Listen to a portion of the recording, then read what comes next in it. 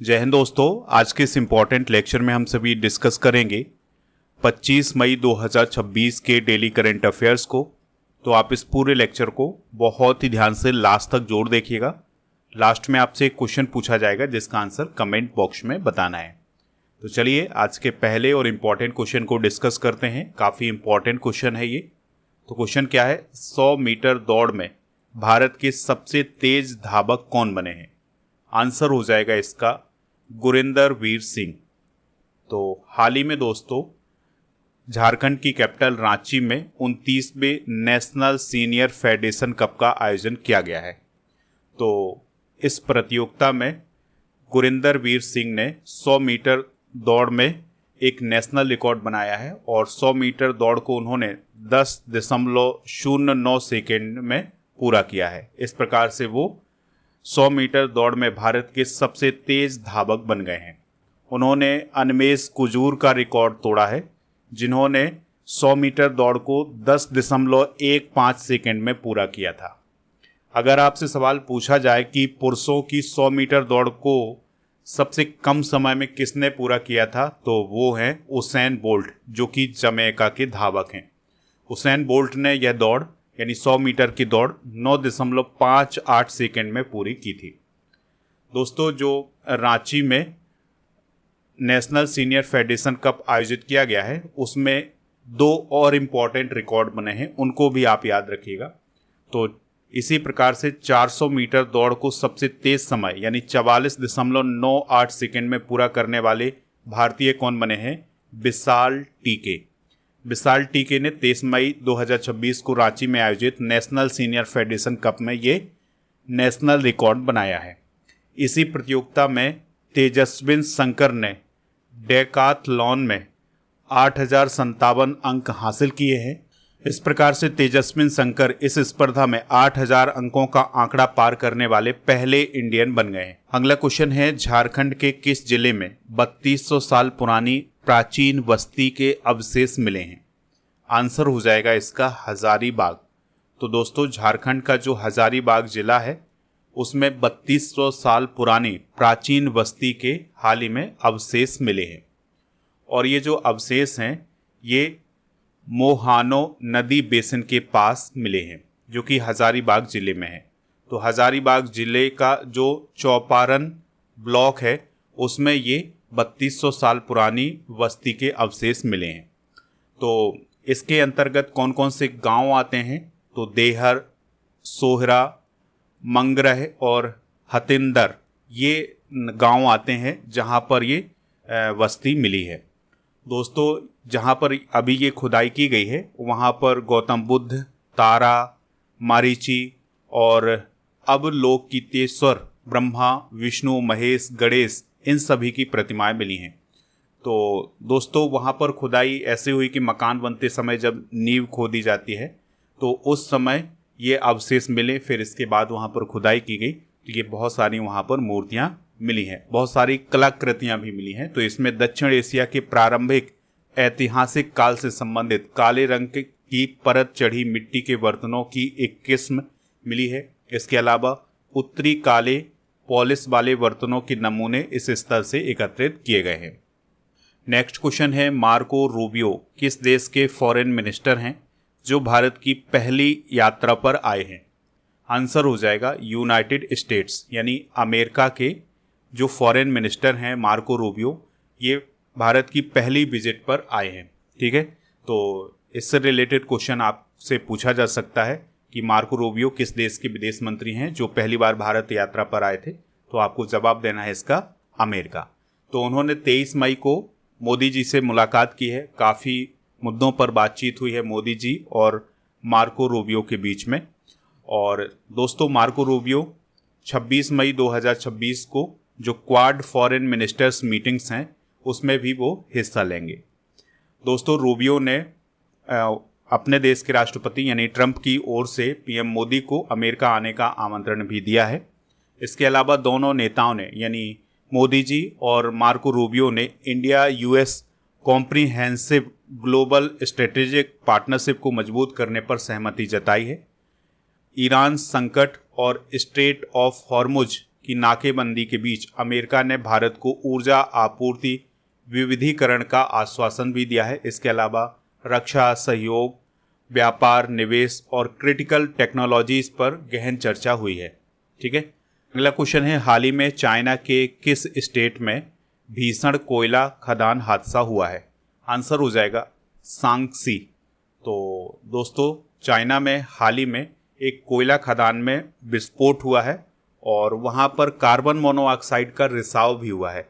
इसके कारण वहाँ पर 90 लोगों की मौत हो गई है। तो चाइना का जो उत्तरी सांगसी प्रांत है, वहाँ पर जो ल्यू सैनयू कोयला खदान है उसमें विस्फोट हुआ और 90 लोगों की वहाँ पर मौत हो गई है। दोस्तों, इस कोयला खदान में 247 मजदूर काम कर रहे थे, जिसमें 90 लोगों की वहाँ पर मौत हुई है।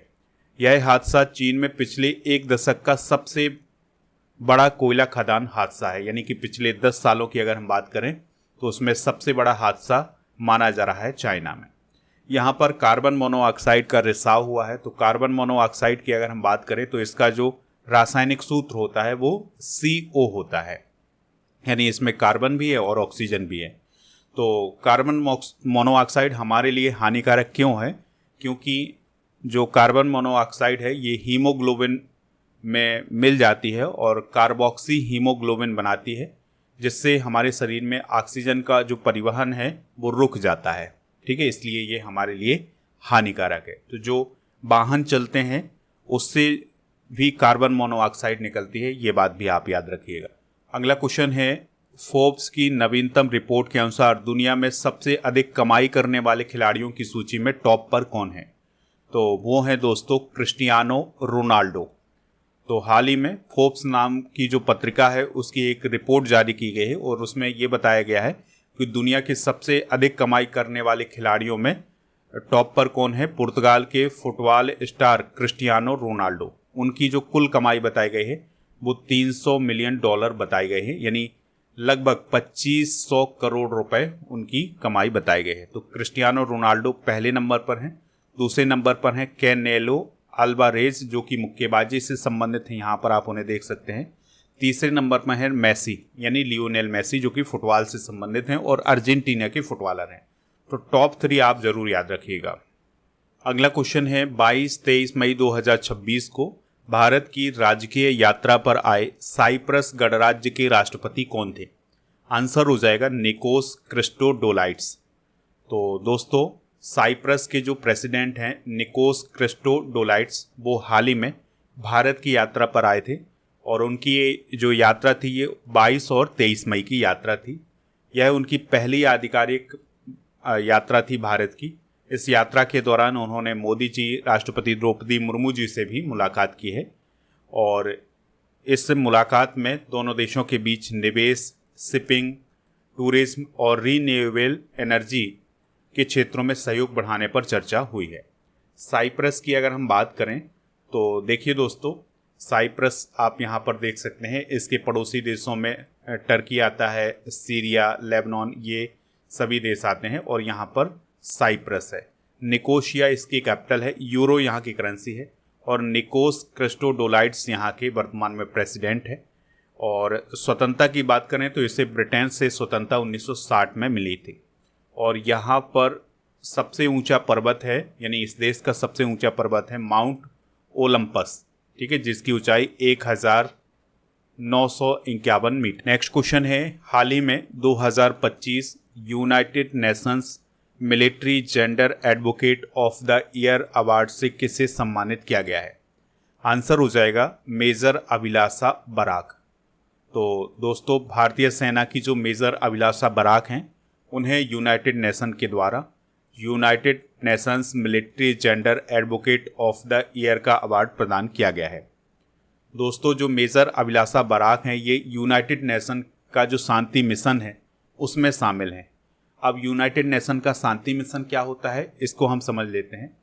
तो जिन देशों में अशांति होती है, अस्थिरता होती है, तो वहाँ पर यूनाइटेड नेशन शांति मिशन चलाता है, जिसमें विभिन्न देशों की सेनाएं शामिल होती हैं। भारत की सेना भी शामिल है उसमें।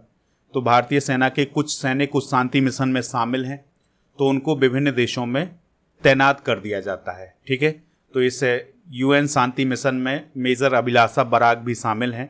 तो वो लेबनान में काम कर रही थी। वहाँ पर उन्होंने महिलाओं और किशोरियों के लिए जो काम किया है उसके लिए उन्हें ये अवार्ड प्रदान किया गया है। मेजर अभिलाषा बराक इस पुरस्कार को पाने वाली तीसरी भारतीय महिला है। इससे पहले ये अवार्ड 2019 में सुमन गवानी और 2023 में मेजर राधिका सेन को प्राप्त हो चुका है। यह अवार्ड हर साल उन शांति सैनिकों को प्रदान किया जाता है जो वुमेन पीस और सिक्योरिटी के सिद्धांतों को आगे बढ़ाते हैं। हाल ही में अंतरिक्ष विभाग ने किन राज्यों में नई अंतरिक्ष सुविधाओं को मंजूरी दी है? आंसर हो जाएगा गुजरात और तमिलनाडु। तो दोस्तों, भारत सरकार का जो अंतरिक्ष विभाग है उसने तमिलनाडु और गुजरात में नई अंतरिक्ष सुविधाओं को मंजूरी दी है और इसका उद्देश्य निजी अंतरिक्ष उद्योग को मजबूत करना है। तो ये जो नई अंतरिक्ष सुविधाएं शुरू हुई हैं उनमें क्या किया जाएगा कि गुजरात का जो खोराज है जो कि अहमदाबाद के पास है, वहाँ पर स्पेस मैन्युफैक्चरिंग पार्क स्थापित किया जाएगा। ठीक है। इसके अलावा तमिलनाडु के थूथुकुडी कुलशेखर पट्टन के पास जो है वहाँ पर स्पेस व्हीकल क्लस्टर स्थापित किया जाएगा। तो ये दो नई सुविधाएं शुरू की जाएंगी और इसके लिए हाल ही में अंतरिक्ष विभाग के द्वारा मंजूरी दी गई है। हाल ही में राष्ट्रमंडल शतरंज संघ यानी CCA के अध्यक्ष के रूप में पुनः किसे चुना गया है? आंसर हो जाएगा भरत सिंह चौहान को। तो भरत सिंह चौहान को राष्ट्रमंडल शतरंज संघ का अध्यक्ष चुन लिया गया है। उनका जो टेन्योर होगा ये 2026 से 2030 तक होगा। और राष्ट्रमंडल शतरंज संघ की बात करें तो ये फिडे से जुड़ा हुआ है यानी अंतर्राष्ट्रीय शतरंज महासंघ से जुड़ा हुआ है और यह संगठन कॉमनवेल्थ देशों के शतरंज के खेल के डेवलपमेंट के लिए काम करता है। ठीक है। यानी कि जो कॉमनवेल्थ गेम्स हैं उनमें शतरंज के खेल को कैसे डेवलप किया जाए, उनसे संबंधित जो प्रतियोगिताएं हैं उनका आयोजन कैसे किया जाए, ये किसका काम होता है? राष्ट्रमंडल शतरंज संघ का। तो इसी के अध्यक्ष कौन बने हैं? भरत सिंह चौहान। अगला क्वेश्चन है, भारत ने अग्नि फर्स्ट लघु दूरी की बैलिस्टिक मिसाइल यानी SRBM यानी शॉर्ट रेंज बैलिस्टिक मिसाइल का सफल परीक्षण कहाँ किया है? आंसर हो जाएगा ओडिशा के चांदीपुर में। तो दोस्तों, हाल ही में भारत ने ओडिशा के चांदीपुर में स्थित एकीकृत परीक्षण रेंज से अग्नि फर्स्ट SRBM का सफल परीक्षण किया है यानी शॉर्ट रेंज बैलिस्टिक मिसाइल का सफल परीक्षण किया है। इस मिसाइल की जो मारक क्षमता है वो 700 से 1200 किलोमीटर तक है और इसमें सॉलिड फ्यूल का इस्तेमाल किया जाता है और यह परमाणु और पारंपरिक दोनों प्रकार के हथियार ले जाने में सक्षम है। इसका जो पेलोड वजन है वो लगभग 1000 किलोग्राम का है। इसे सड़क और रेल दोनों प्रकार के मोबाइल लॉन्चरों से दागा जा सकता है। इस मिसाइल का डेवलपमेंट किसने किया है? DRDO ने यानी defence research and development organisation के द्वारा ये मिसाइल डेवलप की गई है। तो दोस्तों, ये थे आज के करंट अफेयर्स के क्वेश्चन। आप स्टडी करके ऐप को इंस्टॉल कर लें। प्रीमियम कोर्स वाले ऑप्शन पर जाकर के लूसेंट का कोर्स प्राप्त कर सकते हैं और इसी में आपको अर्जुन GS फाउंडेशन बैच भी मिल जाएगा। इस बैच को भी आप ज्वाइन कर लीजिएगा। प्रीमियम कोर्स वाले ऑप्शन पर बहुत सारे कॉम्बो पैक हैं, इन कॉम्बो पैक को भी जा करके प्राप्त कर लें। दोस्तों, टेस्ट सीरीज वाले ऑप्शन पर GK GS current affairs in सभी के टेस्ट हैं, तो इनको भी प्राप्त कर लीजिएगा। ई बुक वाले सेक्शन पर आपको बहुत सारी ई बुक मिल जाएंगी जिसमें आपको monthly current affairs, yearly current affairs, GK GS इन सभी की ई बुक मिल जाएंगी, तो इनको जा करके प्राप्त कर लीजिएगा। अप्रैल महीने के करंट अफेयर्स की ई बुक जो है वो आपको मिल जाएगी ऐप पर। चलिए कल के करंट अफेयर्स को रिवाइज करते हैं। भारत का पहला राज्य कौन बना है जिसने कैबिनेट स्तर पर समर्पित AI पोर्टफोलियो बनाया है? केरलम। भारत के किस मिशन को 2026 का गोडार्ड एस्ट्रोनॉटिक्स अवार्ड मिला है? चंद्रयान 3। इंडियन सुपर लीग 2025-26 किसने जीती है? East Bengal football club. BSF की पहली महिला पर्वतारोही टीम ने किस मिशन के तहत माउंट एवरेस्ट को फतह किया है? Mission Vande Mataram. International big cat alliance का पहला शिखर सम्मेलन कहाँ होना था जिसे हाल ही में स्थगित किया गया है? नई दिल्ली। भारतीय युद्ध स्मारक का उद्घाटन साउथ कोरिया के किस स्थान में किया गया है? तो इमजिंगक पार्क में, जो कि सियोल के पास है। क्वाड विदेश मंत्रियों की बैठक 2026 कहाँ आयोजित होगी? नई दिल्ली। WHO की पूर्व मुख्य वैज्ञानिक डॉक्टर सौम्या स्वामीनाथन को कौन सा प्रतिष्ठित सम्मान प्राप्त हुआ है? हाल ही में रॉयल सोसाइटी का फेलो चुना गया है। केंद्रीय सामाजिक न्याय और अधिकारिता मंत्री डॉक्टर वीरेंद्र कुमार ने वरिष्ठ नागरिकों के लिए कौन सा ऐप लॉन्च किया है? जीवन ऐप। भारत ने 21 मई 2026 को किस नदी से जुड़े 2 बड़ी जल विद्युत परियोजनाओं का शुभारंभ किया है? चिनाब नदी। आज के जनरल नॉलेज के पिटारे में विश्व में बड़ा, छोटा, लंबा ये सभी डिस्कस करेंगे। जैसे विश्व की सबसे लंबी नदी है नील नदी, जो कि अफ्रीका महाद्वीप में है। सबसे चौड़ी नदी है अमेजन नदी, जो कि ब्राज़ील दक्षिण अमेरिका में है। सबसे छोटी नदी है डी नदी, जो कि अमेरिका में है। और सबसे लंबी तट रेखा है कनाडा की। सबसे व्यस्त व्यापारिक नदी है राइन नदी, जो कि जर्मनी में है। सबसे बड़ी झील है कैस्पियन सागर, जो कि रसिया में है। यानी कि कैस्पियन सागर की हालांकि जो सीमा है वो रसिया के अलावा और अन्य देशों से भी लगती है। सबसे गहरी झील बैकाल झील है, जो कि साइबेरिया रूस में है। और सबसे बड़ी मीठे ताजे जल की झील है सुपीरियर झील, जो कि कनाडा अमेरिका में है। सबसे बड़ी खारे जल की झील है कैस्पियन सागर, जो कि रूस में है। झील के अंदर झील है मैनीट, जो कि कनाडा में है। सर्वाधिक ऊंचाई पर स्थित झील है टिटिकाका झील। पृथ्वी पर सबसे निचला बिंदु कौन है? मृत सागर या डेड सी। और सबसे निचला बिंदु झील यहाँ पर पूछा गया है, तो वो है डेड सी। महासागर में सबसे निचला बिंदु कौन है? Mariana trench. ठीक है, तो ये कुछ इंपॉर्टेंट फैक्ट हैं, इनको आप नोट करें। कल के करेंट अफेयर्स में आपसे जो क्वेश्चन पूछा गया था उसका आंसर था 21 मई, तो लगभग सभी लोगों ने इसका आंसर 21 मई बताया हुआ है। आज आपके लिए क्वेश्चन है, खेलो इंडिया यूथ गेम्स की शुरुआत कब हुई थी? इसका आंसर आप कमेंट बॉक्स में ज़रूर बताइएगा, हमें इंतज़ार रहेगा आपके आंसर का। और दोस्तों, आप हमारे टेलीग्राम चैनल को ज्वाइन कर लें। इसके अलावा ई बुक में मतलब ऐप में ई बुक जो मिलेंगी उसमें GK GS की ये सारी ई बुक मिल जाएंगी, इनको प्राप्त कर सकते हैं।